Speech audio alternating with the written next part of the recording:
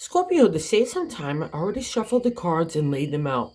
I'm using a 10 card Celtic spread that allows me to look at the past, present, and future influences in your life, okay? This is a kind of a week that's really allowing you to shed the past. I know it feels a little bit difficult and some of it's still kind of clinging to you, but this is a week to break free, to believe in yourself, maybe go cop some time for yourself as well, kind of regroup, look at the new next landscape that's unfolding, and really, most importantly, kind of take a universal chiropractor spiritual shift in adjusting your self-confidence, so your self-love and your self-esteem into the positive. There's no reason to hold on to the lingering residue from the past, okay? Including people and situations. It's been a breaking of that for a while now, and digging deep into what the seeds are of our insecurity, fears, and our anxieties, and what make us hesitant to maybe move forward, including for new love and new life just in general. And I know you're making ways in that direction as well, Scorpio. But I think this week kind of brings a real enlightenment to you to kind of not put a pedal to the metal, but more like a nice little steady walk into the future, right? We have Saturn in Aries right now, so the taskmaster, the reward giver, also as well in that fiery energy. So you have a little bit of mix of that. It's like there's a stirring inside for new adventures in the area of the heart and the creative, but there's kind of like a tiredness from the past, and that's what I really want to focus on this week to kind of move past. And the reason why I'm saying that is in that first card placement, the significator is the general gist of the overall reading. So we have the Page of Cups, and the Page is the youthful energy in the heart. But in tarot, it means self-love. It means a moment to reflection, like literally looking at ourselves and our attributes, our character, our values, and integrity that have all been shaped and challenged and pushed and pulled over these last couple of years, or probably even decades.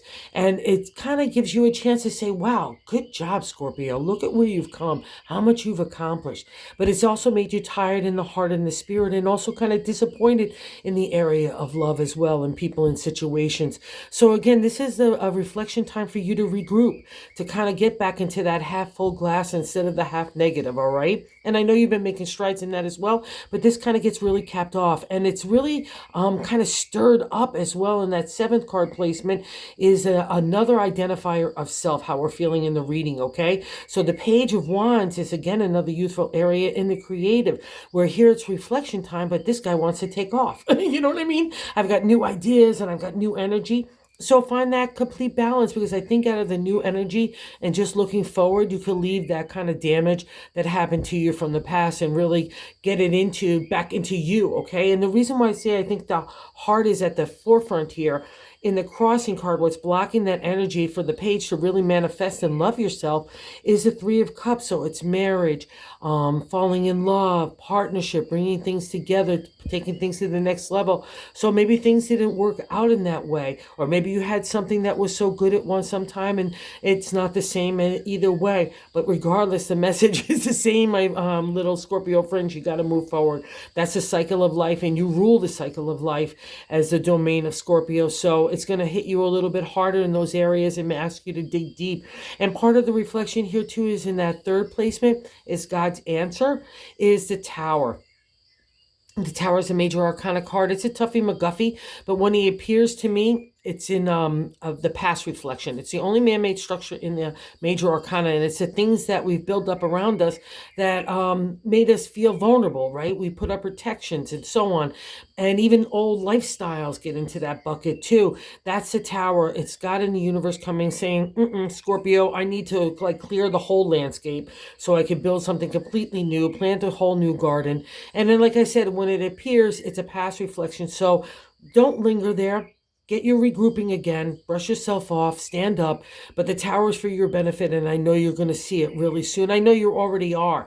I know I'm not saying anything new to a Scorpio. You already know these things. You're that intuitive. And maybe get in touch back with that as well, okay, and that self-healing. In the fourth placement, too, in the gut feeling, so we have another indicator here of the change that we want. The Seven of Cups. The Seven is a contemplation meditation in the area of the heart. I also call the Seven a crossroads card, because if we were really happy where we were, especially in the heart for Scorpio, we wouldn't be at a crossroads. We would be staying put and enjoying ourselves. So with new directions, don't be afraid of it. It's going to stir no matter what, because it's in the gut of your feeling, right? And you need to honor that, especially along with the page and the way that you feel like yourself. So it's like a lingering, like you're staying in a room that somebody else built, and I need you to go into the whole rest of a whole new house. Just kind of shut the door on that. Let's move forward, right? And you're ready for that as well, too. In the past reflection, we got the Six of Swords, a celebratory state, but it doesn't feel really happy or celebratory at all because it's our thoughts. But to the ancient tarot, is breaking the our typical or stereotypical way that you had to be with family, relationship, community, authority. The patriarch is what they called it into the ancient tarot. It's that identity of where you want to emerge as yourself against everybody else, okay? How you want to live your life, who you want to love, how you want to do it. Dig me, don't dig me, but you're digging yourself. But it's a hard fought battle, okay? And it's a hard won battle as well. And see, all your swords are there, you're victorious. So you need to get into the celebratory state. I can see because of the Page of Cups and the not even with the love. So maybe a lot of things like that happen. And I'm sorry if that's the case. But again, for your betterment, you'll see that. And that's that kind of putting the swords down so you could get into that celebratory state. And here God is giving you the refresh to do so as well in the present.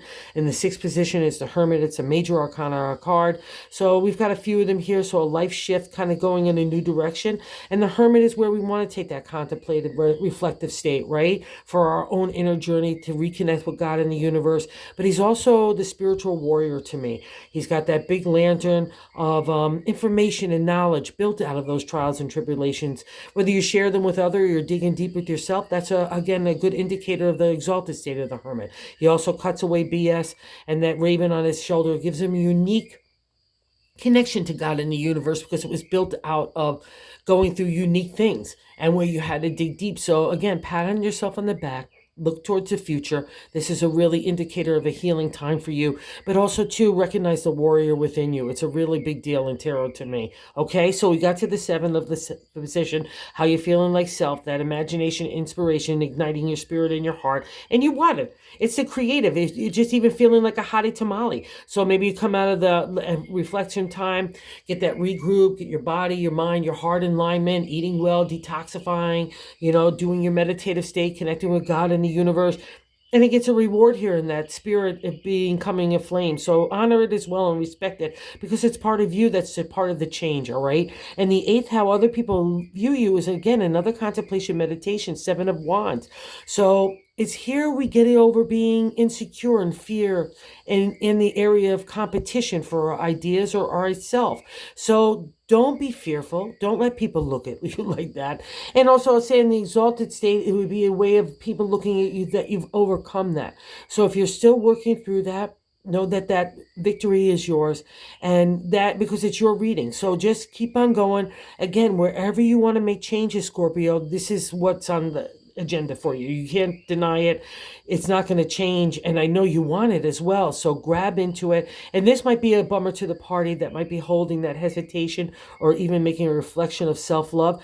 The ninth position are his hopes and fears, and the Five of Pentacles is good luck in the area of the material, home, relationship, family, community, our body, our food and wine, spirit. All that comes under that kind of blending of the spirit with the material. It's never easy, but especially for a Scorpio, because you're kind of made to go into spirit, and you're going to have a hard breaking of that insect shell so you can reach that eagle state. And that's the good luck in the area of the five. There's always something to get over to get to the good luck in tarot. But the ironic part here is we need to get over ourselves. We're coming out of Shadowland. That's what makes us a little fearful, right? I get it, and we can't see the good luck right now. But the ironic part is all the pentacles are right there. They're all right behind us. And see this guy? That's how we're feeling. We can feel shameful, like maybe relationships didn't work out, or that I'd lingered too far in the past with people in situations that didn't serve me. Whatever the case may be, stop it. Let's not focus on that kind of narrative for the future. Like, we need to kick the past, right? Because these are all past reflection. And again, it's the way we're feeling it. So again, there even could be a tightness of the pocketbook with this because it's the pentacle. But the more stubborn I've learned, because I'm a Taurus, I'm very stubborn. The more stubborn we are with the universe trying to tell us to release that kind of whole cheapy skate thinking of our heart, our spirit in the pocketbook, and feeling anywhere that's any shameful, even in the material, like I said, relationship and all that stuff, especially with the love stuff, just it doesn't serve us. It's not where we're meant to play. That's the fearful part of the position. So go into the hope, shed that kind of thinking off and move forward, Scorpio, and fly like the eagles, honey, because that's all that's meant to be here, and gets validation here in the outcome card, the magician. So if you're dealing with people that are being shady McGady to you, just know that you get a little extra favor here in the magician. Or if you need to maneuver in secret as you're going through the hermit and kind of shedding this stuff in that reflective time and regrouping with yourself, just know the magician is for your favor, because it's a major arcana.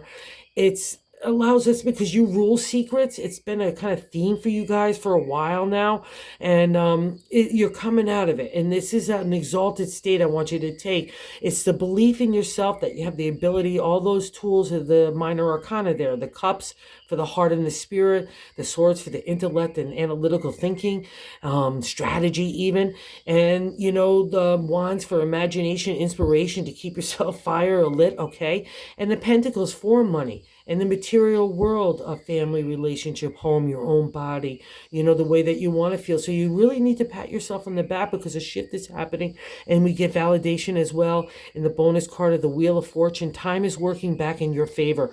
The wheel is another toughie McGuffey in the major arcana, because we're learning the life lessons of how to take the wheel on the downturn. And it's like the shoe keeps dropping, the shoe keeps dropping. It's like you can't even think, it keeps dropping, and it keeps dropping. But when she appears in a reading for me, it's we're on the upturn again.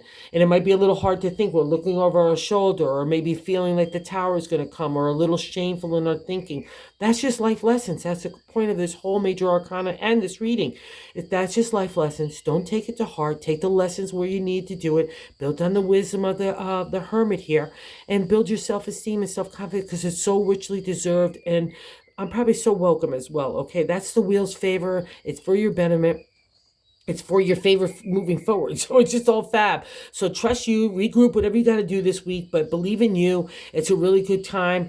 Like, just whatever does for you for self-care and self-love, that's on order. Okay, that's the only thing you need to focus on, because God in the universe is, again, working in your favor, and just has got your back as well. So have a good week, okay, my Scorpio friends. Oh, and if you're so inclined to like or subscribe, that would be awesome as well. Thanks so much, guys.